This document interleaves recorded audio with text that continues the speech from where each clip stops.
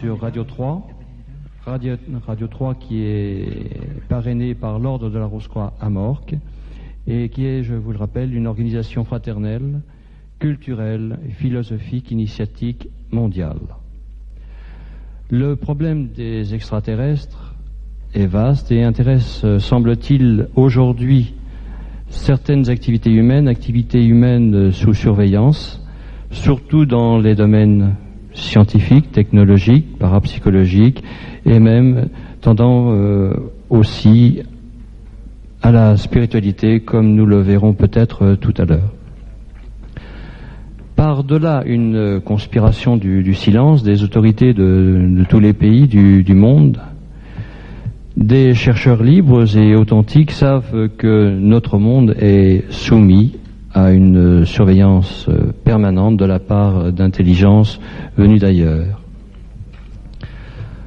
Le problème des extraterrestres étant un domaine tellement vaste, nous n'aurons peut-être pas le temps de l'aborder dans son entier, mais il est malgré tout intéressant d'en parler, et à défaut d'en faire un bilan, d'en faire tout du moins un large exposé, afin de sensibiliser l'opinion publique, non pas pour la convaincre, mais pour l'inviter à réfléchir à l'aide d'éléments et de témoignages récents sur l'existence probable ou éventuelle d'une vie extraterrestre et de contacter éventuels ou tangibles. Les extraterrestres existent-ils? Ont-ils, s'ils existent, déjà contacté des terriens? Des extraterrestres sont-ils parmi nous? C'est ce qu'à l'aide de nos invités, nous allons essayer de savoir et de comprendre. Nous vous proposons donc ce soir d'aborder ce problème avec l'aide de notre invité, M. Jimmy Guilleux, qui a bien voulu ce soir nous rejoindre ici à l'auditorium Gladys Lewis pour en parler en tant que spécialiste, et que je vais vous présenter tout de suite, ainsi que nos deux autres invités qui sont d'une part M. Alain Fauchois, psychologue, et d'autre part Monsieur Michel Miara, qui est un scientifique et qui s'intéresse beaucoup aussi de très près à l'astronomie. Pour beaucoup d'entre vous, vous connaissez Monsieur Jimmy Guilleux, écrivain, ufologue, parapsychologue, conférencier et président fondateur de l'IMSA et de l'IMSACOR, Institut mondial des sciences avancées, qui est un organisme de recherche pluridisciplinaire comprenant des spécialistes de toute nationalité avec des correspondants sur presque tous les continents.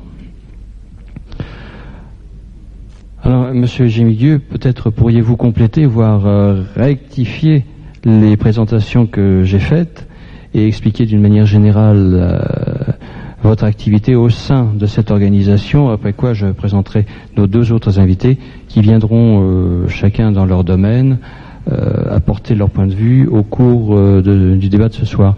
Mais peut-être, avant de passer la parole, nous allons peut-être nous tutoyer parce que je crois que nous sommes presque tous sur le même bateau. Sur la même longueur d'onde. Sur la même longueur d'onde, disons.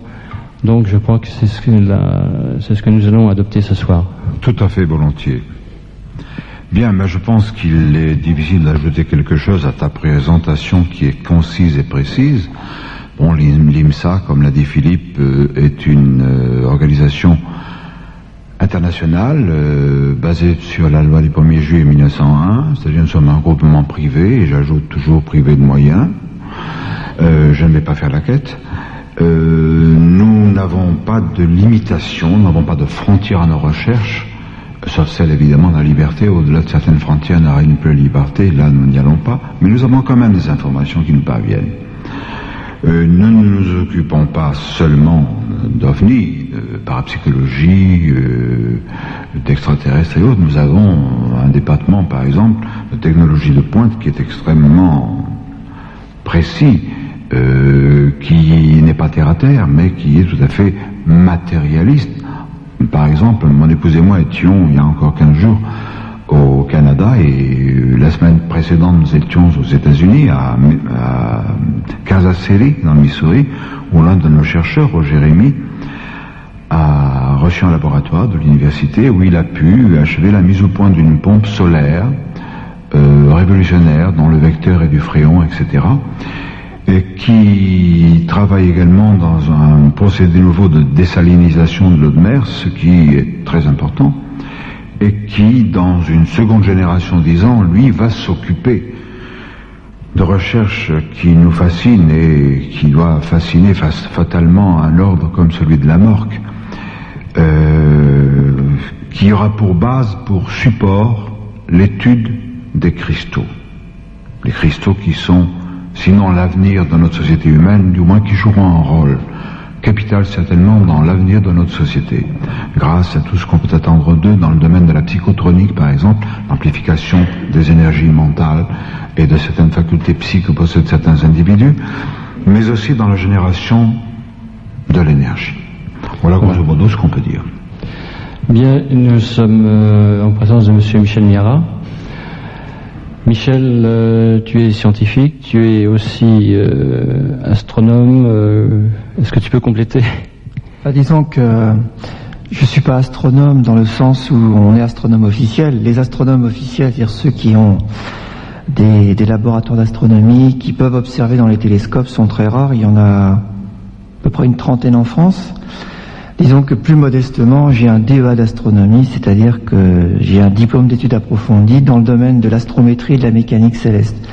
C'est-à-dire qu'effectivement, j'ai toujours été passionné par la recherche scientifique, et c'est à ce titre d'ailleurs que je peux, grâce à ce bagage intellectuel, faire des émissions de nature scientifique sur cette même Radio 3. Sinon, la présentation, il n'y a rien de spécial à dire. On peut peut-être ajouter aussi que tu es ingénieur des mines. Oui, par exemple. Si on veut donner des titres, oui, je suis ingénieur des mines. Alain Fauchois. Oui, bien, psychologue. Oui, j'ai une formation de psychologue et j'exerce en tant que formateur, conseiller en formation. Je m'occupe de stages en entreprise, et en particulier dans tout ce qui est relations humaines. Et puis en dehors de ça, j'ai une activité de psychothérapeute. Et bien mon Dieu, si j'ai bien compris, je suis ici pour essayer de participer un petit peu à aborder le problème sous l'angle psychologie, peut-être de la psychologie des témoins d'observation d'OVNI et de contacter éventuellement. Alors, je ne sais pas encore ce que je vais dire, mais j'espère que je serai inspiré. Bien. Eh bien, maintenant que les présentations sont faites, Jimmy, je crois que nous allons essayer d'entrer dans le vif du sujet, mais d'une façon douce, puisqu'avant d'aborder le monde étrange des contactés, qui a fait l'objet de ton dernier livre, nous voudrions déjà aborder le problème OVNI, c'est-à-dire le problème OVNI, le problème des ufologues, les problèmes de la première vision, disons, des objets volants non identifiés dans notre ciel, aussi bien de France que de tous les pays du monde. Et la question que nous sommes amenés à poser ce soir pour entrer donc dans ce débat, c'est, Jimmy, des ovnis, est-ce que tu en as vu déjà ? Sinon, est-ce que tu as pu interroger, soit au sein de l'IMSA, soit au sein de l'IMSA-Corps, des personnes qui ont pu, eux, les voir de visu ? Déjà les voir, avant d'entrer dans les deuxièmes contacts, c'est-à-dire les rencontres du troisième type. C'est cela. J'ai, en une trentaine d'années, pu faire 4 ou 5 observations, toujours des engins en vol, donc mon témoignage n'a pas plus de valeur que le brave homme du fin fond de la Corrèze ou les gens du fin fond de l'Afrique ou de l'Asie. L'intérêt, c'est de pouvoir décrire un engin qu'on a vu au sol. Ça ne m'est pas arrivé. La seule observation qui m'a vraiment marqué, puisqu'elle était relativement proche, c'était en 1976, je crois, dans un village du sud de la France, Vintabren. Je sortais d'une exposition de peinture, donc ce n'est pas un sujet qui milite en faveur du délire. Je n'avais bu et je ne bois jamais que des jus de fruits, donc j'étais à jeun. Et j'ai vu dans le ciel une sphère couleur aluminium, c'était vers la fin juillet, début août, donc à 20h le soir, il fait encore tout à fait jour, aucune confusion n'est possible. Cette sphère d'aspect brillant, comme de l'aluminium, pouvait avoir un diamètre apparent égal à celui de la pleine lune. Alors notre ami Michel va me dire, mais la pleine lune, on peut la cacher avec l'ongle du petit doigt tendu à bout de bras, c'est vrai. Mais c'était l'observation, la dimension subjective, c'est quelque chose de gros. Et puis cet engin n'était pas au niveau de la Lune, il était à grosso modo 700-800 mètres de la voiture. Et ce qui était curieux, c'est que après une course horizontale, il est descendu à la verticale, mais à la base de l'engin, on voyait deux faisceaux de lumière courbes qui s'arrêtaient comme ça, sans dispersion. Et d'entre ces faisceaux sous l'engin, je ne pourrais mieux décrire le phénomène qu'en imaginant que c'était des feuilles de journaux enflammées. Alors, j'ai vu ça pendant 7-8 secondes, je me suis dit, gagner la lunette arrière, prendre l'appareil photographique, le sortir de l'étui, évidemment, il était parti derrière les collines, avant je n'ai pu faire ces mouvements-là. Là, c'était pas douteux, c'était un engin tout à fait matériel que j'ai pu observer. Bon, tu as parlé, Jean-Claude, des témoins. Il existe évidemment des centaines et des centaines de millions de témoins de par le monde. Depuis le 24 juin 1947, puisque c'est ce jour-là, solstice, comme par hasard d'été, que le nom de soucoupe volante a été donné à ces engins. Par la suite, on les a débaptisés pour les rebaptiser OVNI, objet volant non identifié dans notre langue, ou UFO, Unidentified Flying Object en anglais, qui a donné ufologue. Alors là, la machination de contre-vérité était déjà en branle. On commençait par gommer, effacer cette notion d'engin qui se dissimulait sous le terme de soucoupe volante pour lui substituer le terme pudique d'objet volant non identifié. Bon, dans mon esprit, dans bien des cas, on devrait les appeler des OVPI et non pas des OVNI, c'est-à-dire objets volants parfaitement identifiés à des vaisseaux venus d'ailleurs. Voilà très schématiquement ce qu'on pourrait dire. Oui, Jimmy, c'est vrai, mais ça m'amène à poser une seconde question. Ces ovnis ont une forme bien particulière. Pour la plupart des observateurs, c'est une soucoupe volante ou alors ce sont des boules. Est-ce que, d'après les enquêtes que tu as pu mener, les plus fréquentes sont les soucoupes volantes, des boules? Quelles sont les formes les plus courantes qui sont nommées, décrites dans des rapports de vision de soucoupe, enfin d'objets, je vais plutôt dire d'objets volants non identifiés? Bon, alors au départ, disons dans les années 40 et 50, ce furent surtout des disques volants qui ont donné le nom à soucoupe volante, quelques sphères. Par la suite, il semble que l'élément sphère est dominé. Maintenant, attention, dans la mesure où chacun de ces engins est noyé dans un champ d'ionisation qui le rend lumineux, il est difficile de voir le corps lui-même de l'engin. Maintenant, je rappellerai que si nous, terriens, nous avons des Piper Cub, qui sont des tout petits avions, ou des ULM, monoplaces naturellement, nous avons aussi des Boeing, des Concorde, des Tupolev, qui eux sont de gros avions. Nous avons sur le plancher des vaches des modestes 2 chevaux, et nous avons aussi des Cadillacs à 6 portes, qui sont gigantesques. Donc, cette multiplicité de formes se retrouve chez ces engins. Alors, ce qui est curieux, c'est qu'en quelque pays que ce soit, les gens ne varient pas. Ils décrivent ou bien des disques, ou bien des boules, ou bien des objets allongés. Là peut se placer une méprise. Un disque qui ressemble à 2 assiettes placées bord à bord l'une contre l'autre, vu par la tranche, peut affecter l'aspect d'un cigare. Il est rare qu'on voit un cigare près du sol car ce sont des engins généralement porteurs, comme nos porte-avions sont des engins porteurs d'aéronefs, de chasseurs ou d'hélicoptères. Il y a aussi de véritables bases spatiales. Sur la couverture de mon livre figure, ce n'est pas une simple illustration en dessin, c'est la photographie qui a été prise au télescope par un technicien de top niveau qui est astronome amateur. Faut pas se leurrer, le terme d'amateur n'a rien de méprisant dans le domaine de l'astronomie. Les amateurs ont fait progresser, en particulier en ce qui concerne notre voisine la Lune, ont fait progresser les recherches. Les comètes aussi, comme le dit Michel, absolument. Cet homme s'appelle, j'ai obtenu son autorisation écrite, s'appelle Christian Spinard, il vit dans le midi de la France, et avec un de ses amis, le soir, il installe son télescope, et puis il voit une étoile. Et sa position, il connaît bien l'astronomie de position, il paraît incongru, il regarde avec son télescope, il s'aperçoit que cette étoile ressemble singulièrement à un objet un peu oblong, ou peut-être deux objets côte à côte, l'un un peu recourbé, il appelle son épouse, sa belle-mère et le couple qui dînait chez lui, et tous sont confondus par l'aspect bizarre de cet objet. Il téléphone à un de ses confrères, un scientifique, lui aussi astronome amateur, doté d'un bon matériel, et il lui dit, dans tel azimut, qu'est-ce que tu vois? Et un quart d'heure après, l'autre le rappelle, et il lui dit, c'est fantastique, je vois ça, à savoir cet énorme engin. Ils vont le voir pendant 4 jours. Et puis pendant 3 jours, l'engin a disparu. Et puis l'engin va revenir pendant 3 jours. Et ensuite, il disparaîtra pour ne plus revenir.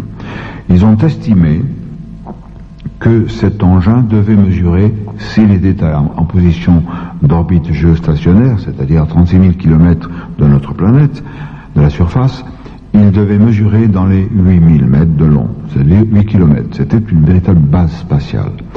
Ça affecte un peu l'aspect d'une sorte de cristal bleuâtre. Il a été pris en couleur, puis ensuite en noir et blanc, pendant ces 4 plus 3 jours. Et l'épouse de Christian Spinard m'a dit, écoutez, moi je ne rêve pas, mais je peux vous dire que ça a eu sur moi l'effet d'un objet magique, avec toute la connotation qu'on peut donner à ce mot. Voilà donc des gens qui sont... son époux est quand même un technicien de très haut niveau, il travaille dans l'atomistique, et aussi bien en France qu'aux États-Unis, c'est pas celui qui fait le ménage dans le laboratoire. Et donc on peut porter crédit à son témoignage, mais il y a quantité d'autres témoignages d'objets aussi matériels que nous le sommes et que l'est cette salle. Jimmy, merci. Je crois que là, nous allons demander à Michel si sur le plan scientifique, les témoignages que vient d'apporter Jimmy, parce qu'en fait sont assez fournis, ils ont été bien observés, déjà analysés. Donc est-ce que tu peux rajouter quelque chose sur le phénomène lui-même, c'est-à-dire l'apparition d'objets, ou de soi-disant objets, disons, d'objets volants non identifiés, des ovnis? Alors la première chose qui frappe dans l'étude de ce genre de phénomène, c'est la pléthore de témoignages qu'il peut y avoir. C'est-à-dire vraiment, quand on dit la centaine de millions, c'est vraiment ça qui se passe. Et si effectivement on peut éliminer une grande majorité, et même à la limite si on voulait éliminer 99% de tous ces témoignages comme étant des témoignages émanant de personnes pas tout à fait sérieuses, à l'affût de sensationnalisme, des personnes qui veulent se faire voir, il reste tout de même quelques millions de témoignages que même le fameux rapport Condon, à l'époque, n'a jamais pu éliminer. Et quand on examine les rapports qui ont été faits, notamment certains rapports de gendarmerie, quand on examine les gens qui ont fait certains témoignages, comme des pilotes de ligne, et aussi les radars, puisque les radars aussi vont observer beaucoup de choses, on est quand même confronté à un problème qui est loin d'être évident. Alors, c'est vrai qu'il y a des gens qui vont vous dire tout ça c'est de la foutaise, on peut tout à fait démonter le mécanisme même au niveau de la psychologie, mais ce qui quand même est aberrant dans cette histoire, c'est que c'est vrai qu'il y a des témoignages extrêmement sérieux, extrêmement concordants qui ont été faits, et on ne peut pas mettre en doute, par exemple, la crédibilité du radar. Il y a des choses trop concrètes qui se sont passées qui ne peuvent pas être remises en cause. Alors ça, du point de vue scientifique, c'est véridique. Le problème qui a été soulevé, c'est que on a fait à propos des ovnis, malheureusement, une trop mauvaise presse, et on aurait voulu enterrer le phénomène en le dénigrant d'une certaine manière, qu'on n'aurait pas mieux fait, justement, qu'en éditant certains rapports. Et quand on voit, par exemple, ce que Condon a dit quand il a écrit son rapport, que ça l'avait beaucoup ennuyé, puisque ça l'avait beaucoup gêné dans ses travaux de physicien, on se dit que peut-être il n'a pas fait cette étude avec tout le sérieux qu'il aurait fallu. Et ce que je voudrais dire, c'est qu'il y a des gens, comme des pilotes de ligne, par exemple, qui ont donné des témoignages, et ce sont surtout ces témoignages-là. Peut-être qu'il faudrait étudier avec beaucoup plus de qualité d'écoute pour savoir quel est le phénomène qui se passe. Parce que ça pose, de toute façon, le problème OVNI pose un problème absolument essentiel. D'abord, le problème de la vie extraterrestre, or la science répond absolument oui. Mais le deuxième problème, c'est que tout à l'heure, si je peux développer une argumentation, je le ferai, c'est que le problème est d'où viennent-ils? Parce qu'ils posent de sacrés problèmes scientifiques et ils remettent en cause beaucoup de choses. Ça, c'est une grande question. Voilà, c'est une grande question. On essaiera d'y apporter une réponse tout à l'heure. Et maintenant, je crois que Alain va pouvoir peut-être apporter le point de vue du psychologue sur ces apparitions, puisque apparemment la science reconnaît le fait des ovnis. C'est quelque chose confirmé donc par Michel, oui. Qui doit réconforter peut-être Jimmy, qui je crois a eu des problèmes avec les représentants, tout du moins des gouvernements, sur le plan de compréhension. Donc je crois maintenant sur le plan de la psychologie, donc qu'a-t-on recherché, que peut-on dire de ces, moi j'allais dire de ces visions, disons de ces observations plus précisément. Oui, eh bien, effectivement, sur le plan de la psychologie, il y a plusieurs points de vue. D'abord, il faut voir si on peut se placer du point de vue du témoin ou du point de vue de la personne à qui est relatée l'observation. Et aussi, il faut se positionner, je dirais pas d'un point de vue sociologique, parce que d'abord c'est pas mon rayon et je ne vais pas me lancer là-dedans, mais je pense notamment à la réflexion que faisait Jung, qui disait que les ovnis était en fait le mythe du siècle. Bon, ce qu'il voulait dire, ça n'est pas que l'observation des ovnis ne correspondait pas à une réalité. Ce qu'il voulait dire, c'est que en fait, l'interprétation qui en était faite, ou disons le schéma d'interprétation dans lequel on faisait entrer les observations d'ovnis, était mythique, correspondait à ce besoin que nous avons d'élaborer des mythes et de nous y référer. Mais évidemment, la question qu'on peut se poser, c'est est-ce que l'humanité franchit des étapes dans lesquelles on voit que la conscience s'ouvre? Alors, ce qui était mythique à une époque, a-t-il encore une valeur mythique maintenant? Je veux dire, dire que parce qu'on interprète des interprétations d'ovnis comme des choses venues d'ailleurs, c'est un mythe, c'est ne pas tenir compte du fait que la conscience a progressé et peut être davantage en mesure de percevoir certains aspects de la réalité universelle qu'elle ne le faisait avant. Ce que je veux dire, si vous voulez, en exprimant ça d'une autre façon, c'est qu'en fait, nous sommes en mesure maintenant, avec la somme d'informations et les modèles sur l'univers que nous donnent les astrophysiciens notamment, nous sommes en mesure de conceptualiser un certain nombre de choses qu'avant nous ne pouvions pas, ce que nous ne pouvions pas faire auparavant. Et en ce sens, est-ce que nous avons toujours besoin de mythes pour donner une interprétation aux ovnis? Moi, ma perception personnelle, disons, n'est pas objective, enfin objective, elle l'est, mais disons que j'ai aussi eu l'occasion d'observer à plusieurs reprises ce qu'on appelle des ovnis, et ce qui pour moi n'était pas tout à fait parfaitement identifié, mais était tout à fait, ce qui est sûr, c'est que ça n'était pas des engins qu'on connaît. Donc je ne peux que me placer dans la peau d'un témoin à qui ça a pu arriver. Ce que je sais, c'est que c'est bouleversant. C'est vrai que lorsqu'on voit une observation comme ça remet en cause tellement de choses que l'on comprend parfaitement l'attitude de rejet un peu systématique de beaucoup de gens qui sont obligés, pour admettre ce que leur racontent les gens qui ont vu des ovnis, je parle d'un point de vue psychologique là, qui sont obligés d'admettre des choses qu'ils ont été amenés à rejeter pour pouvoir s'adapter à la réalité. C'est-à-dire que il faut, quand on s'adapte à la réalité, il y a des exigences, et ces exigences sont souvent un certain rejet de la sphère imaginaire, de la sphère de l'imaginaire, de la dimension de l'imaginaire dans l'homme.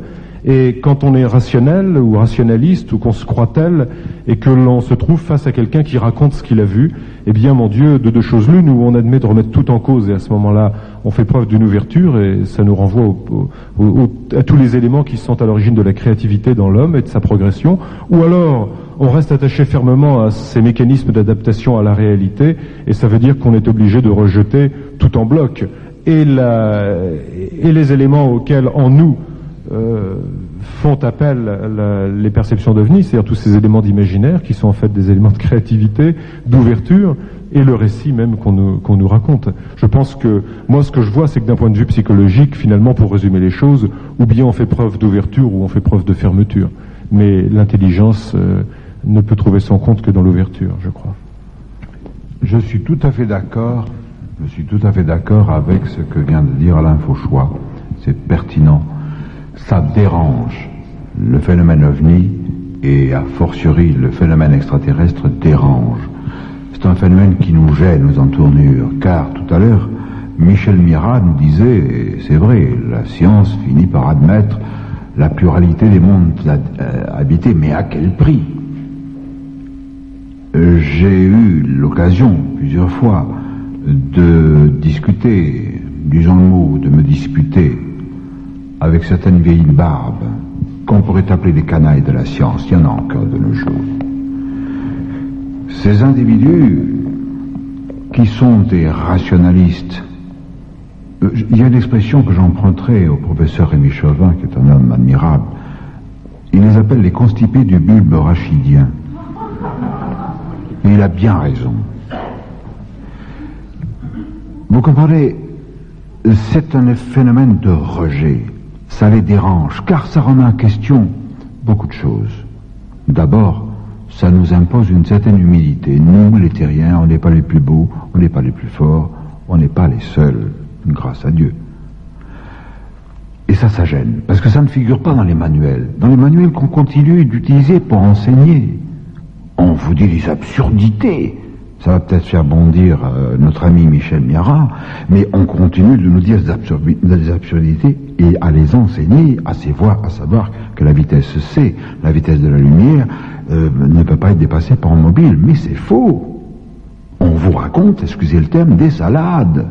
Il existe à Paris l'Institut astrophysique de Paris. J'ai un excellent ami, le professeur Régis Duteuil. Il vient pas de la planète Mars ou de Foum-Tatawin, il est ici, on peut le voir. Lui et son collaborateur Eichmann, il y a une dizaine d'années, ont fait des travaux tout à fait remarquables sur les tachyons. Les tachyons sont des subparticules, si vous voulez, qui, lorsqu'elles apparaissent dans notre environnement, sont douées d'une vitesse 6 à 10 fois supérieure à la vitesse de la lumière, ce qui fout en l'air une masse importante des bases de notre physique. Et à travers cette physique tachyonique, on s'aperçoit que les vitesses supraluminiques, c'est-à-dire infiniment plus rapides que celles de la lumière, sont possibles. Et bien sûr qu'elles sont possibles, puisque les occupants, les constructeurs des ovnis, il a bien fallu qu'ils utilisent pour venir chez nous, parce que nous ne l'aurons pas. Ces engins ne viennent pas de Mars ou de Vénus, ça c'est la porte à côté. Ce sont des espèces pensantes qui viennent de plusieurs autres systèmes solaires. Et là, l'argumentation officielle de la science, c'est impossible, on ne peut pas dépasser la vitesse de la lumière, ça ne tient pas. Alors je voulais le dire ça parce que, vous savez, j'ai employé un mot peut-être un peu dur, canaille de la science, mais je me rappelle du temps où je travaillais à Radio Monte Carlo en 1953. J'avais eu des mots, et c'est pas politesse que je dis des mots, avec un astronome d'une étroitesse d'esprit consternante. Alors je l'ai laissé parler. Moi je faisais ma petite enquête pour le premier livre que je préparais, que j'ai baptisé Les secoupes volantes viennent de l'autre monde. Et j'écoutais, et ce monsieur péroré avec sa voix de fossé là.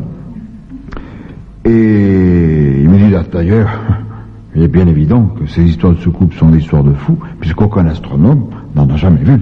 Ben, je lui ai dit, oui et non. D'abord, il y a un type tout à fait éminent qui en a vu, il était avec son épouse, avec sa belle-mère et avec des amis devant le ranch aux États-Unis. C'était Clyde Tombaugh. Et Clyde Tombaugh, c'est un astronome qui, en 1936, si ma mémoire est bonne, a découvert, sur photographie, je vous l'accorde, la planète Pluton. C'est quand même pas le dernier des imbéciles. Alors là, il est rentré dans une grande fureur. Il m'a dit, oui, c'est pas un astronome. Alors je lui ai dit, pardonnez-moi, peut-être que c'est un astrophysicien. Je n'étais pas précis, mais enfin, c'est quand même un de vos collègues. Il m'a dit, ça tient pas debout. On ne peut pas voir. Alors, je lui ai dit, écoutez, il est bien évident qu'un astronome doté d'un télescope ne peut pas voir un ovni, une soucoupe volante.